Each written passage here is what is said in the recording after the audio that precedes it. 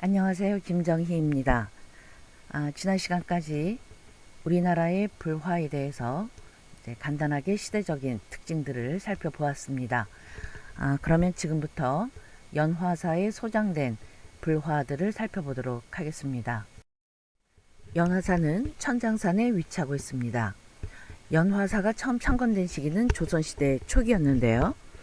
1499년에 연산군의 어머니로 널리 알려진 패비 윤씨가 돌아가신 후에 그 회묘로 이제 회묘가 만들어졌고, 이 연화사는 바로 회묘의 원찰로 창건이 되었습니다. 그러다가 연산군이 즉위한 이후에 그 어머니 윤씨가 왕후로 추존이 되었고, 그래서 회묘는 1504년에 회릉으로 격상이 됩니다. 그러나 곧 이어서 1506년에 중종 반정이 일어났고, 이에 다시 회릉은 회묘로 격화가 되면서 이와 함께 원찰이었던 연화사도 쇠퇴기를 걷게 되었습니다. 그러다가 다시 연화사가 이제 부흥하게 된 그러한 계기는 18세기 초반이었는데요.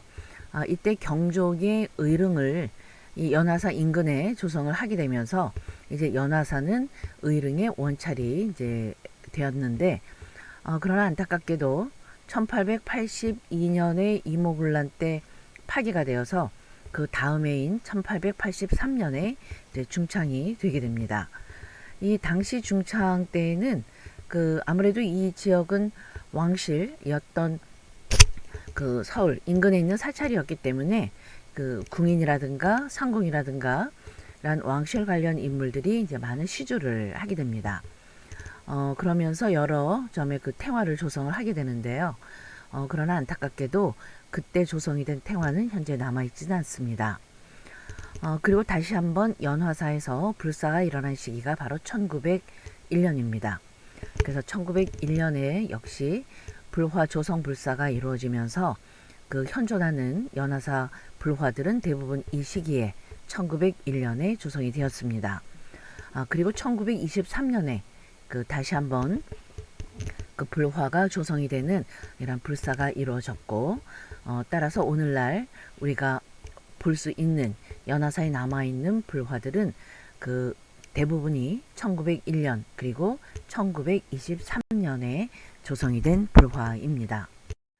자, 위에 보는 것이 바로 패비 윤씨의 묘인 회묘인데요. 현재는 서삼릉에 위치하고 있습니다. 그리고 이 나중에 연화사가 경종의 그 의릉의 원찰이 되었다고 이제 말씀을 드렸는데요. 그래서 지금 석관동 바로 이제 위치한 의릉의 모습입니다. 현재 연화사에 소장된 불화는 모두 8점입니다. 그 중에서 1번에서 6번까지는 1901년에 그 불화 조성 불사 때 일괄로 조성이 되었고요.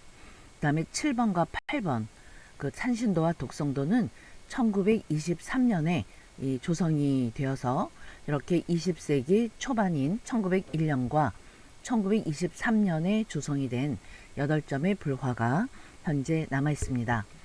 그러면 지금부터 이 각각의 불화를 한번 좀 살펴보도록 하겠습니다.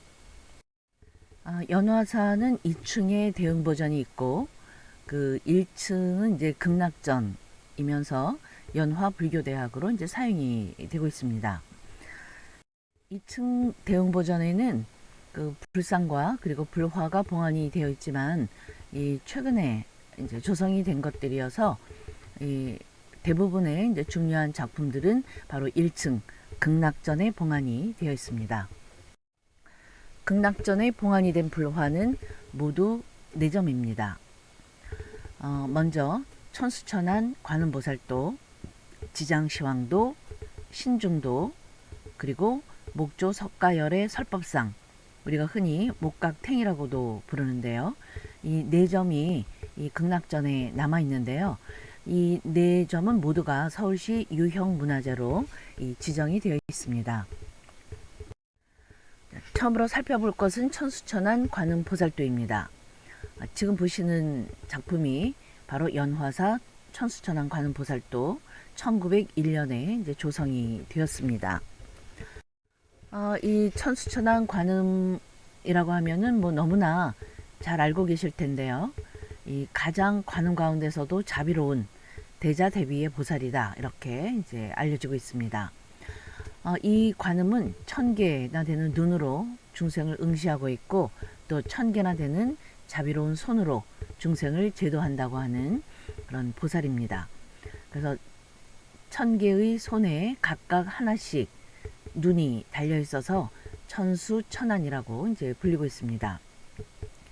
천수천안의 소위 경전은 여러 그 경전들이 있는데요. 이제 그 중에 그 천광안 관자재 보살 비밀 법경이라고 하는 경전에 보면은 천수 관음에 대해서 11면의 얼굴에 40개의 손이 있고 각 손바닥에는 눈이 하나씩 있다 라고 해서 이 천수 관음이지만 그 40개의 손으로 표현이 된다고 이렇게 이야기하고 있습니다. 그런가 하면은 또 다른 그 기록에는 천수천안은 그 25개 보살이 각각 40개 손과 눈을 갖추고 있기 때문에 그 합해서 천수천안이 된다 라고 이제 이야기를 하고 있어서, 이 천수천안이지만 실제로는 하나가 각각 25개를 상징을 하고 있기 때문에 이 40비로 표현이 되는 그런 경우들이 있습니다. 그렇기 때문에 천수관음을 표현할 때는 물론 손을 1000개 그리고 각 손에 하나하나씩 눈을 표현하는 경우도 있지만, 이 보통은 11면에 11의 얼굴을 갖고 있고 또 40수 또는 원래의 2개의 손까지 합해서 뭐 많을 때는 42수로 표현되는 경우가 있기 때문에 꼭 1000개가 아니더라도 40수가 표현이 된 이러한 그 11면의 이제 보살도 천수천안 관음을 이제 표현한 것으로 이제 말할 수가 있겠죠. 이 우리나라에서는 천수천안 시당이 이미 삼국시대 때부터 이제 이루어지게 됩니다. 그 유명한 의상대사가 이제 천수천안 관음 경전을 이제 중국에서 이제 공부하고 올 때 이제 갖고 오면서 이제 그 천수천안 시당이 성행했다고 알려지고 있습니다. 그래서 이러한 것이 나중에 통일신라가 되면은, 이 통일신라 시대 때는 경주 분황사에 그 유명한 솔거가 그린 천수천안 관음 벽화가 있었다고 합니다. 그런데 이 벽화는 너무너무 신통력이 있어서 그 눈이 먼 어린아이의 그 눈을 뜨게 했다는 그런 기적을 일으킨 그 벽화로 알려지고 있습니다. 그러나 이제 당시에 그런 벽화들은 남아있는 것이 없고, 이 천수천안 관련 그 상이라든가 이제 그림들은 고려시대 이후에 작품들이 이제 현재까지 전해오고 있습니다. 이 고려시대가 되면은 1251년에 이 고종 연간이죠. 이때 몽고가 이제 침입해 왔을 때 그 두 번째로 대장경을 조판을 했다고 말씀을 드렸는데요. 이곳에 바로 6종이나 되는 천수경 관련 경전들이 이제 포함이 되었습니다. 이 얘기는 고려 때 바로 다양한 경전에 의한 천수천안 신앙이 알려졌다 하는 것을 이제 이야기하는 것이죠.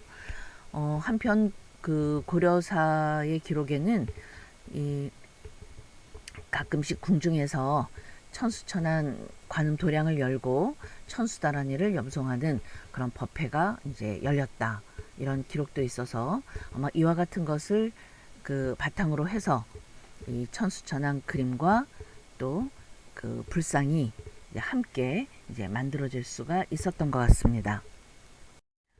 지금 보시는 것이 그 고려시대에 조성이 된 천수천안 관련 이제 상과 불화입니다. 가장 왼쪽에 있는 것이 그 리움, 삼성미술관 리움에 소장이 된 천수관음도인데요. 그림이 작아서 지금 잘 보일지 모르겠습니다만은, 이 중앙에 보면 높은 대자 위에, 연화자 위에 그 관음보살이 앉아 계시는데요. 이 관음보살은 두 손을 앞에서 합장을 하고 있고, 그 옆으로는 수많은 손들이 이렇게 나와 있습니다. 아까 이제 경전에서 살펴본 것처럼 여기 손이 이제 모두 40수가 표현이 되었는데요.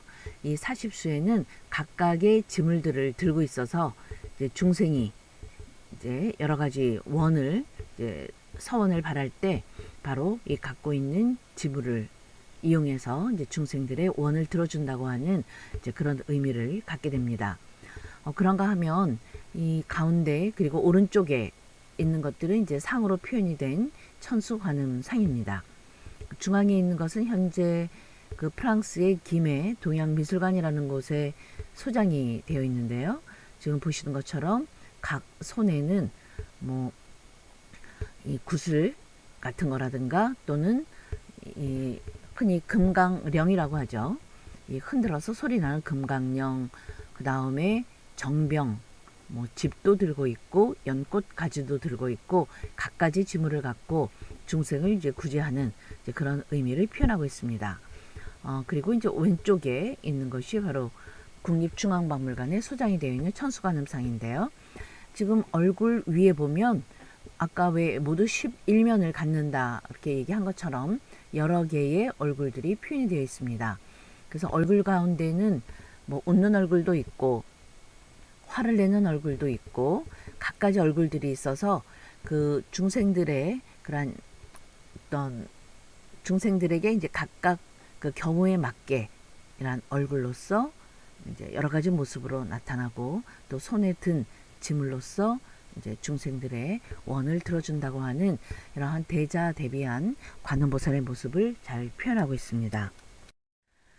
조선시대가 되면 이 밀교 관련 의식집이 이제 많이 편찬이 되게 됩니다. 이와 함께 그 천수 다란이라든가 또 관련해서 진언집 이런 책들이 간행이 되는데요. 그래서 1476년 성종 7년에 이르면은 관음보살 주경언해라고 하는 책이 나오게 됩니다. 그래서 바로 이러한 경전들이 그 어떤 밀교적인 관음, 천수관음과 같은 이러한 관음의 어떤 신앙의 기본이 이제 되게 되었습니다. 지금 보시는 작품은 1532년에 조성이 된 천수관음도입니다. 그래서 16세기 조성이 되었는데요. 조금 전에 보았던 고려시대 천수관음도랑 크게 다르지 않습니다. 그래서 바위 위에 연화대자에 앉아서 이 관음보살이 모두 11개의 머리를 갖고 또 손에는 갖가지 다양한 지물을 들고 있는 40비의 관음보살로 표현이 되어 있습니다. 그래서 이렇게 천수관음들은 이 1000개를 꼭 표현하지 않아도 40 또는 42개 손으로서 이 천수관음의 이러한 어떤 상징이랄까요? 이런 것을 표현하고 있어서 아마 이와 같은 이제 그림들은 이 곧 천수관음도 이렇게 볼 수가 있겠습니다. 조선시대 후기에도 이제 많은 관음보살 다란이 경전들이 간행이 됩니다. 이와 함께 천수관음의 경전도 이제 간행이 되었는데요. 지금 왼쪽에 보시는 것이 관음보살 그 영험 약초라 해서 이 관세음보살과 관련이 된 여러 가지 그 영험들을 모은 이러한 경전입니다. 그래서 이 경전 그림을 보면은 우리 지난번에 고려시대 때 보았던 수월관음도랑 굉장히 유사하죠. 그래서 선제동자가 한쪽에 이 연꽃 위에 서서 관음보살을 향해서 두 손을 모으고 합장하고 있고, 이 관음보살은 두 손을 그 무릎에다 깍지를 끼고 이렇게 편안하게 앉아 있는 모습입니다.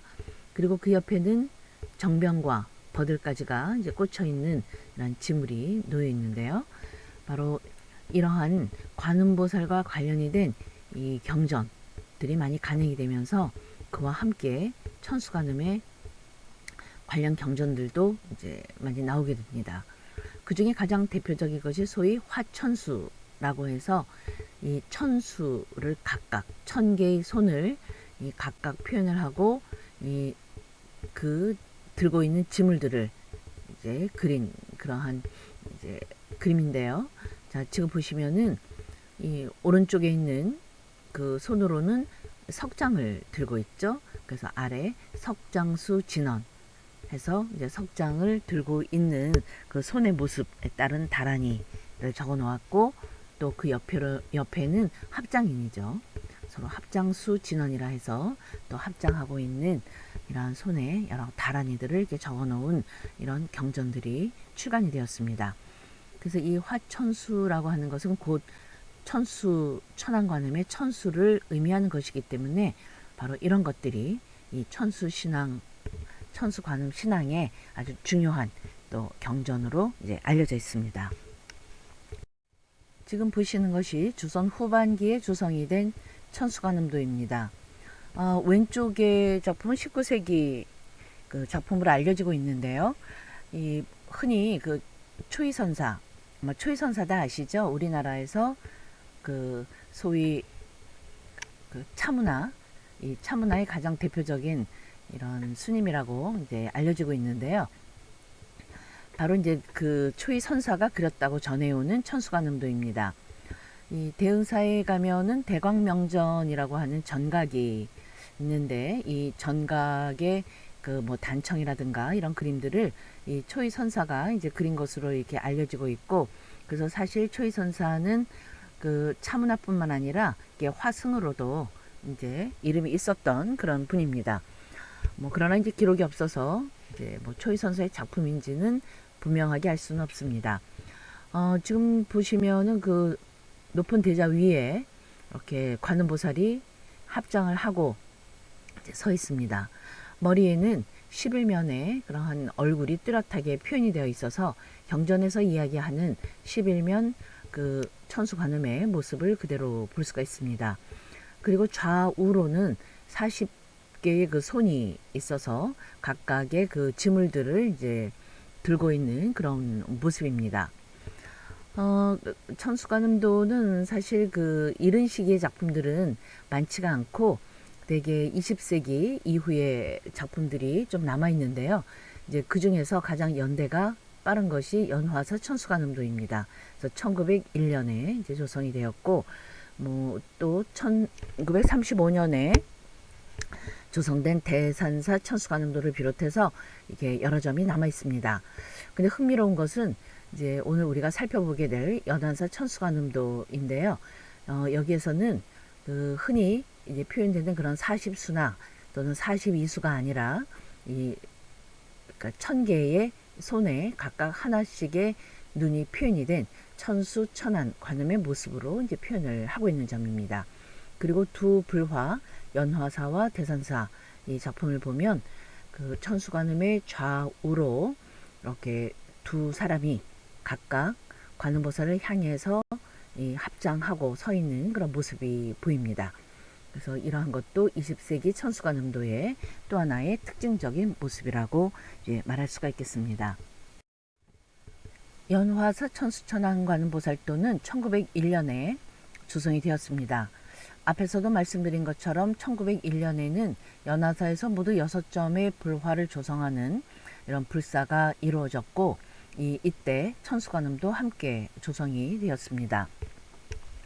그 화기에 의하면은 이 그림은 한봉, 응작, 또 보산, 복주, 청암, 운조, 대범, 봉전, 해범 이러한 스님들이 이제 그림을 그렸다고 기록이 되어 있는데요. 이 스님들은 당시에 그 19세기 말에서 20세기 초반에 걸쳐서 서울 또는 경기 지역의 사찰에서 많은 불화들을 조성했던 이제 그런 화승들이었습니다. 그림을 잠깐 보시면 이 관음도의 제일 그 아랫부분 배경이 되는 곳은 이제 파도가 일렁이는 바다입니다. 그래서 바다의 한 가운데서 연꽃이 피어나 있고, 그 연꽃 위에 바로 1000개의 손과 1000개의 눈을 가진 이런 관음보살이 이제 결과부자로 앉아 있습니다. 이 관음보살은 그 가운데로 이제 손을 모아서 아래에는 파란색으로 이제 칠해져 있죠. 바로 경전입니다. 경책이라고도 하는데요. 이 경책을 들고 그 위에 자세히 보시면 이 정병이죠. 정병과 그 위에 버들가지가 꽂힌 이런 모습을 볼 수가 있습니다. 기억을 해보시면 우리가 정병, 버드까지 뭐 바로 수월간음에 많이 등장하는 것이었고, 또 관음보살의 아주 대표적인 지물이기도 합니다. 그래서 이것을 이제 가운데로 이렇게 들고 있고, 좌우로는 큰 손이 40개가 있고, 그 손 옆으로는 아주 작은 손들이 또 쭉 이렇게 빙 둘러싸고 있어서 모두 천수의 그런 손을 표현을 하고 있습니다. 여기에서는 경전처럼 11면으로 표현되진 않았지만요, 이 보관의 한가운데 보면은 아미타 부처님이 표현이 되어 있습니다. 그래서 아미타가 표현이 되어 있다는 것은 이 아래 보살이 바로 관음이라는 것을 이제 이야기를 해주는 거겠죠. 그래서 지금 중앙에 그려진 인물이 바로 천수천안의 손과 이제 눈을 가진 관음보살임을 볼 수가 이제 있습니다. 이렇게 손이 많다는 것은 그 많은 손으로 여러 가지 지물들을 들 수 있고, 또 손에 있는 눈으로 모든 중생을 빠짐없이 살펴볼 수 있다는 점에서 이제 가장 대자대비한 관음보살의 그런 구제력을 이제 이렇게 1000개 손과 1000개의 눈으로 이제 표현을 한 것입니다. 자, 그런데 흥미로운 점은 그 관음보살의 좌우에 있는 인물들입니다. 이 왼쪽, 그러니까 우리가 향해서 볼 때는 오른쪽이겠죠. 이 오른쪽에는 선제동자가 두 손을 모아서 관음보살을 향해서 이렇게 바다 위에 이렇게 서 있고요. 그리고 그 반대편에는 바로 호를 들고 관복을 입고 관우를 쓴 또 한 인물, 해상용왕으로 추정이 되는 한 인물이 관음보살을 협시하고 있는 이런 모습입니다. 이와 같은 두 협시, 용왕과 선제동자는 조금 아까 보셨던 1935년에 그 대산사 천수관음도에도 이제 똑같이 표현이 되고 있어서 아마 20세기 천수관음 도상의 아주 기본적인 그런 형태를 이루고 있음을 이제 볼 수가 있는데요. 그러면 이 해상용왕과 선제동자는 어떻게 이 천수관음도에 표현이 되는가 하는 것입니다. 그 수월관음도를 말씀드릴 때도 살펴보았듯이 이 수월관음의 모습은 바로 화엄경의 그 입법계품, 제일 마지막 부분이죠. 입법계품에 등장하는 그런 선제동자와 관음보살의 모습을 이제 표현한 것이다, 이렇게 말씀을 드렸습니다. 즉 선제동자가 이 세상을 돌아다니며 53분의 선지식을 만나서 도를 구하던 중에 28번째로 만난 분이 바로 보타락가산에 머물고 있는 그 관자재 보살이었습니다. 그래서 관자재 보살을 만나서 이제 청법하는 장면을 이제 그린 것이 바로 수월관음도라고 하는 그림이었는데요. 따라서 여기에 이제 선제동자가 등장하는 것은 바로 이처럼 선제와 관음보살 간의 그러한 관계를 이야기하고 있는 화엄경에 의거한 그런 그림 표현이라고 이제 말할 수가 있겠습니다.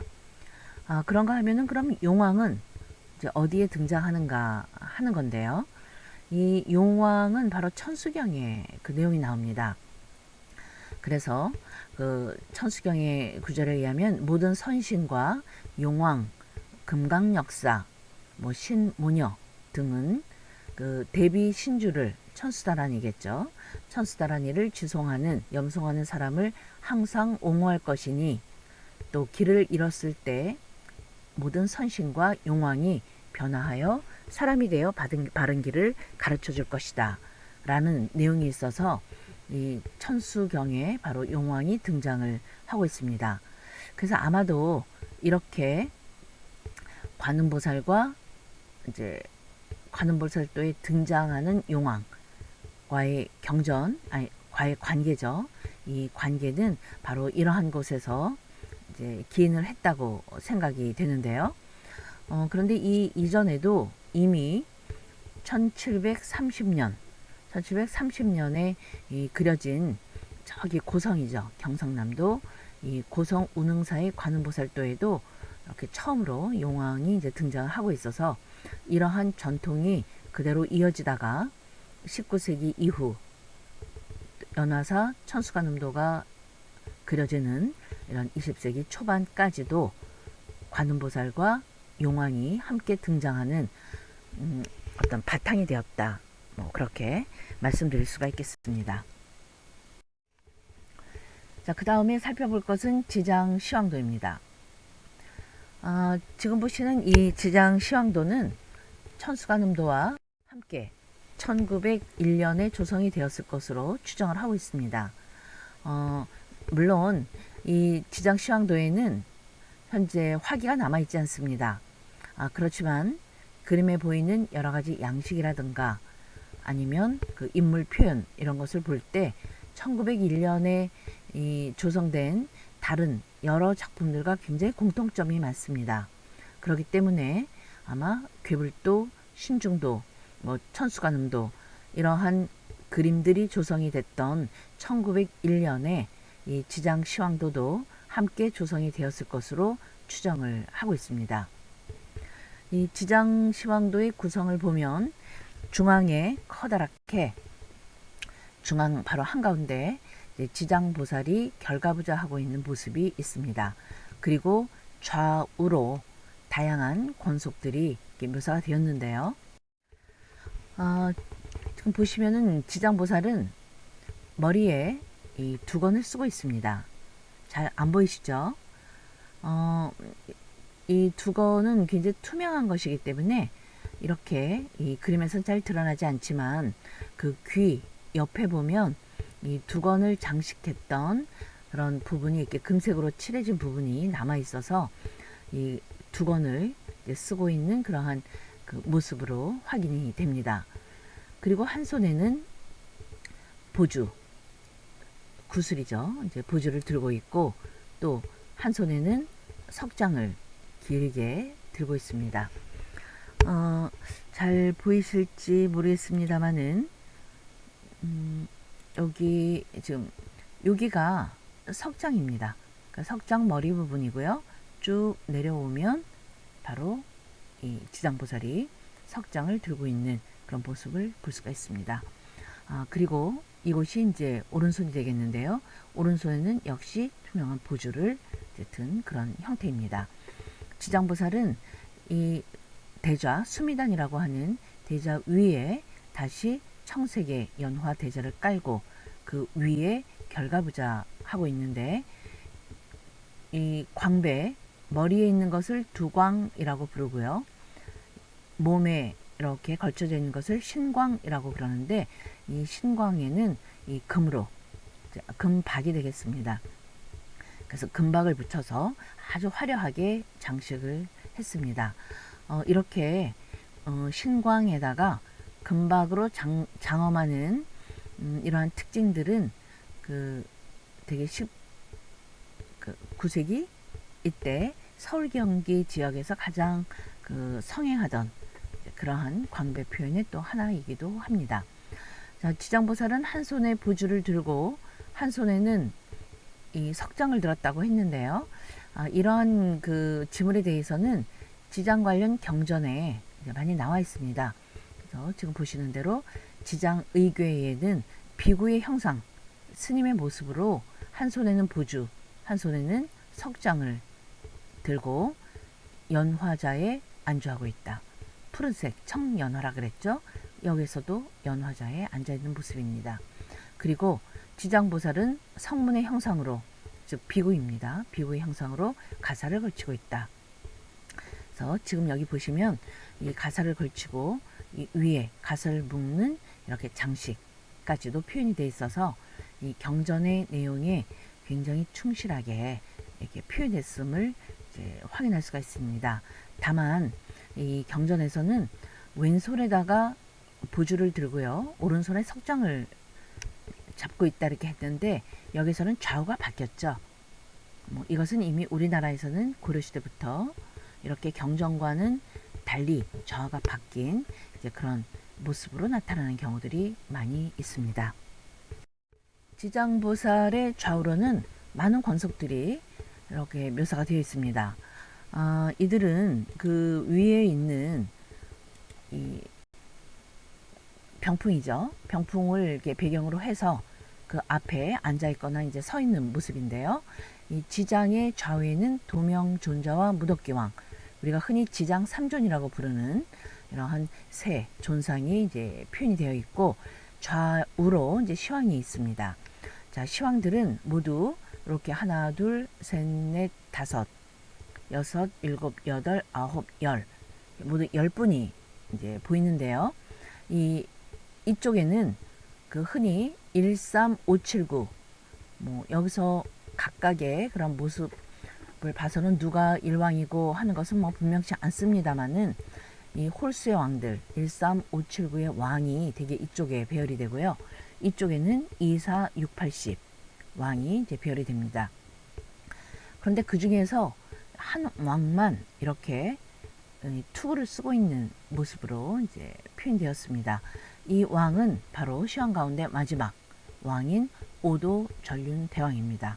그래서 오도전륜대왕은 대개가 이렇게 무장으로 표현이 되고, 나머지 왕들은 보통 문관의 옷을 입고 호를 들고 있는 모습으로 묘사되는 것이 가장 일반적입니다. 자, 시황도에는 이제 망자를 심판할 때 도와주는 여러 판관, 그쵸? 판관들도 그려지게 되고, 또 그 망자들을 지옥에서 데리고 오는 저승사자들, 사자들도 이렇게 표현이 되었습니다. 그래서 사자들은 이 선악, 인간의 선악을 기록한 이런 두루마리를 이제 들고 있는 모습으로도 이제 표현이 되었습니다. 그런가 하면 바로 우리의 선과 악과 관련이 된 여러 가지 행위를 기록하는 동자들이 있었다 그랬죠. 그래서 여기에 선악 동자가 묘사가 되었고요. 그 다음에는 그 지옥에서 망자들을 벌 주는 옥졸들이 있습니다. 이건 아마도 이제 머리 모양의 이제 그 모습을 하고 있어서 마두 옥졸, 그리고 이쪽에는 소머리 모양의 우두 옥졸이 표현되었습니다. 그리고 좌우로 또 칼을 들고 있는 인물들이 보이는데요.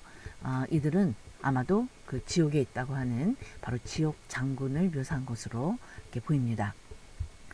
그래서 이 그림은 그 사람이 죽었을 때 이제 지옥에서 심판하는 시황들, 그리고 시황의 심판을 돕는 뭐 판관, 또 지옥 사자, 또는 망자들에게 벌을 주는 옥졸, 또 장군, 이런 지옥과 관련이 된, 명부신앙과 관련이 된 모든 존상들을 모아서 그린 바로 지장 시황도라고 말씀드릴 수 있습니다. 연화사 지장 시황도는 1901년에 그려졌는데요. 이것과 굉장히 유사한 그 지장 시황도들이 그 이전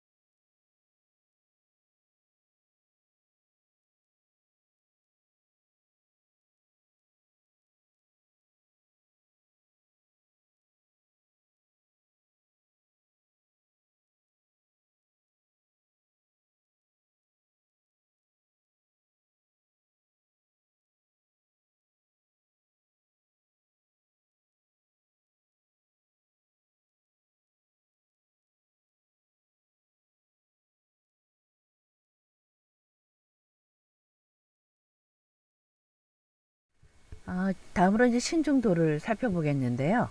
이 신중도 역시 1901년에 앞서 말씀드린 그런 화승들이 함께 조성한 그런 불화입니다. 이 신중도는 굉장히 많은 인물들이 표현이 되어 있는데요. 이 전체적으로 본다면 제석천, 범천, 그리고 위태천과 많은 권속들로 이루어진 소위 그러니까 제석, 범천, 천령도라고 하는 형식을 띠고 있습니다. 위쪽에는 그 오른쪽에 향해서 오른쪽에 제석천이 이제 흰 연꽃을 들고 이렇게 서 계시고요. 그리고 왼쪽에는 범천이 이제 있습니다. 그리고 그 사이에는 여러 가지 악기를 연주하는 주악 처녀들이 이제 사이사이에 배치가 되었고, 또 범천과 제석천의 좌우로는 그 머리에 이제 보관을 쓰고 있는 여러 이제 문관형의 그 인물들. 그래서 이 가운데 그 중앙에 있는 두 인물은 머리에 지금 여기는 해, 그리고 여기는 달을 이렇게 머리에 표현을 하고 있어서 이쪽에 있는 붉은색의 해를 진 천자를 일천자, 그리고 왼쪽에 흰 달을 이렇게 갖고 있는 이러한 천자를 월천자라고 합니다. 그래서 일천자와 월천자, 그리고 이제 그 주변에 또 관을 쓰고 있는 이러한 인물들이 있습니다. 이 인물들은 보시는 것처럼 모두가 이 하늘에 있는 천부중들입니다. 그래서 이 범천과 제석천, 그리고 천부중이 위쪽에 묘사가 되어 있습니다. 또 아래쪽에 보면은 중앙에 커다랗게 한 인물이 보이는데요. 바로 이 존상이 위태천입니다. 위태천은 이 갑옷과 투구로 이렇게 무장을 하고 있는 그런 모습인데요. 이 위태천의 또 옆으로는 역시 뭐 칼이라든가 창이라든가 이 무기를 들고 서 있는 인물들이 있습니다. 이러한 인물들은 천룡팔부라고 흔히 얘기합니다. 그래서 무장의 신들이죠. 그래서 위에 범천과 제석천, 이 주변에 있는 이런 신들이 대개 무장을 하지 않은 선신들이라고 한다면, 아래는 무장한 신들이 위태천을 중심으로 좌우로 배치가 되어 있는데요. 그래서 이렇게 천룡팔부들이 있고, 또 중앙에는 산신, 또 조왕신이라고 하는 신들이 위태천의 좌우로 배치가 되어 있어서, 이 말씀드린 것처럼 전체적으로 본다면 범천, 제석천, 그리고 위태천이 이루는 이제 이러한 구도 속에 이제 그려진 그런 신중도라고 말씀드릴 수가 있겠습니다. 위쪽에 있는 범천과 제석천은 모든 신중 가운데 가장 으뜸이라고 알려진 그런 신들입니다. 먼저 제석천이라고 하면은 사크라 데바남 인드라, 간단하게 우리가 인드라 이렇게 부르는 신인데, 원래는 이 천둥 그리고 벼락을 인격화해서 이 신으로 이제 신앙했던 그런 존재입니다. 지금처럼 제석천은 뭇 신들의 위치에 있지 않았는데요. 그 전쟁의 신이라고 하는 아수라와의 그 싸움 전쟁에서 승리한 이후에 이 가장 최고의 신으로 등극을 하게 되었다고 합니다. 이 제석천은 33천이라고 하는 그 불교의 하늘이죠. 도리천, 그 33천 도리천에 거주하면서 모든 신중을 거느리고 있는 가장 최고의 신으로서 숭배가 되었습니다. 그리고 이제 그에 반해서 이제 흔히 상대적으로 많이 표현되고 있는 그러한 그 존상이 바로 범천입니다. 이 범천은 브라흐마라고 하는데요. 이 원래는 이 신은 그 우주를 창조한 신으로 그 브라만, 불교 이전의 브라만교에서 신앙이 되고 있었던 이런 신입니다. 그러다가 나중에 이제 불교로 들어와서 이제 범천, 대범천으로 알려지고 있습니다. 범천은 사실 제석천에 비해서 그렇게 크게 역할이 부각이 되지 않았었는데요. 어떻게 보면 제석천보다도 훨씬 더 중요한 인물이라고 볼 수가 있어요. 왜냐하면 그 석가모니께서 이제 35세 때가 되었을 때 이제 그 깨달음을 얻으셨죠. 그래서 드디어 붓다, 이제 깨달은 자가 되었습니다. 그런데 깨닫고 나서도 본인이 깨달은 것이 과연 옳은지, 이것이 많은 사람들에게 보편적인 어떤 깨달음인지 하는 것에 대해서 굉장한 고민을 많이 하셨다고 합니다. 그렇기 때문에 사람들이 아유 이게 깨달음을 얻었으니 우리를 위해서 설법을 해달라 그렇게 이야기를 했을 때 굉장히 주저주저 하게 됩니다. 그런데 이때 옆에서 이를 보고 있던 범천이 석가모니에게 계속해서 설법하기를 청합니다. 그래서 결국 석가모니는 범천의 청을 받아서, 그러니까 범천권청입니다. 범천이 권하고 청하다 그런 건데요. 이 범천의 청을 받아서 드디어 설법을 하게 됩니다. 그래서 이렇게 불교 사적인 면에서 본다면 이 석가모니의 어떤 깨달은 내용 그런 것을 여러 사람들에게 전파하는 데 가장 중요한 역할을 했던 인물이 바로 범천입니다. 그래서 범천과 지혜석천은 항상 이렇게 짝꿍처럼 등장을 하면서 한 분은 모든 신들의 우두머리, 또 한 분은 이 우주를 창조한 신으로 가장 대표적인 그 신중으로서 신앙이 되었습니다. 자, 아래는 위태천과 천룡팔부 그리고 조왕신, 산신이 이렇게 표현이 되었다 말씀드렸습니다. 아래에 있는 그 천룡팔부는 다 무기를 들고 있는데요. 이 조왕신은 머리에 두건 같은 것을 쓰고 있고, 산신은 할아버지의 모습으로 손에 그 새 날개 깃이죠. 그래서 조익이죠. 조익선을 익선을 들고 있는 이제 이런 모습으로 표현이 되었는데요.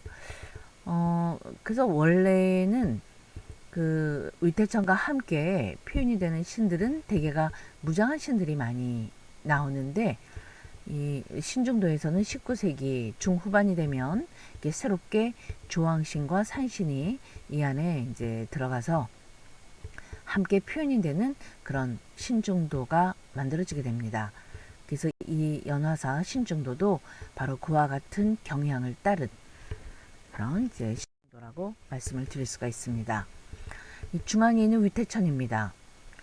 위태천은 스칸다라고 불리는 산스크릿에서 이제 스칸다라고 불리는 원래 그 브라만교의 이제 신이었습니다. 그 스칸다는 시와 신의 아들이었는데요. 이 나중에 후에 이제 불교에 들어와서는 사찰을 수호하는 가람 신의 역할을 이제 하게 됩니다. 그리고 이제 천룡팔부를 거느리면서 이렇게 많은 여러 사람들의 어떤 재앙을 없애주기도 하고 또 가람을 수호하기도 하는 그런 역할을 하게 되죠.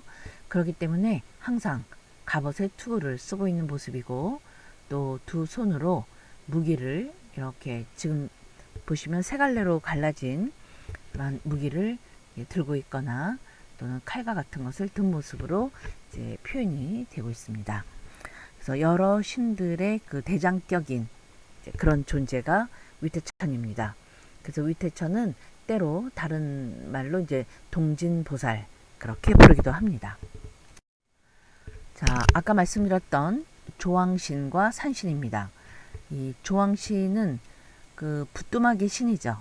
그렇죠? 그래서 지금도 그 절에 가서 부엌에 가면은 이 조왕도라 그래서 이 조왕을 그림으로 그려놓고 이제 뭐 부엌에서 일어날 수 있는 여러 가지 일들, 뭐 화재가 일어나지 않게 뭐 해달라든지 이제 이러한 것을 이제 기원하는 이제 이러한 존상으로 받들어지고 있습니다. 산신이라고 하면은 호랑이입니다. 그래서 산에 사는 신이죠. 그래서 호랑이를 인격화해서 이렇게 산신으로 표현을 하게 되는데, 이 보통은 이 수염이 성성한 이런 할아버지의 모습으로 표현이 되고, 어떤 경우에는 주장자, 왜 스님들이 짚는 지판이 있죠. 그 주장자라든가 아니면 여기서 보이는 것처럼 익선, 새 날개 를 뽑아서 만든 부채를 들고 있는 모습으로 표현이 되는데요. 이 원래 이 산신 이런 신들도 이 화엄경이나 이런 경전에 등장하는 신중 가운데 하나이기 때문에 아마 그런 의미에서 여기에 이렇게 표현이 됐을 것으로 봅니다. 그래서 이렇게 조왕신과 산신이 등장하는 이 신중도는 대개가 그 19세기 후반 그리고 20세기 초반에 이제 성행을 하게 되는데요. 그래서 미타사, 경국사에서도 머리에 두건을 쓰고 있는 조왕신과 또 조익선을 들고 있는 산신의 모습을 함께 볼 수가 있습니다. 따라서 연화사의 신중도는 이러한 그 서울 경기 지역의 19세기 말 20세기 초반, 즉 제석과 범천 그리고 위태천과 천룡팔부 및 산신 조왕이 등장하는 이러한 그 산신도의 계통을 따르고 있다. 이제 그렇게 생각을 합니다. 그 중에서도 이 미타사 극락보전에 있는 신중도는 연화사 신중도와 거의 유사합니다. 그래서 연화사 이 신중도는 아마도 미타사 극락전의 신중도의 본을 따라서 거의 그대로 이제 그린 작품으로 생각을 할 수 있습니다.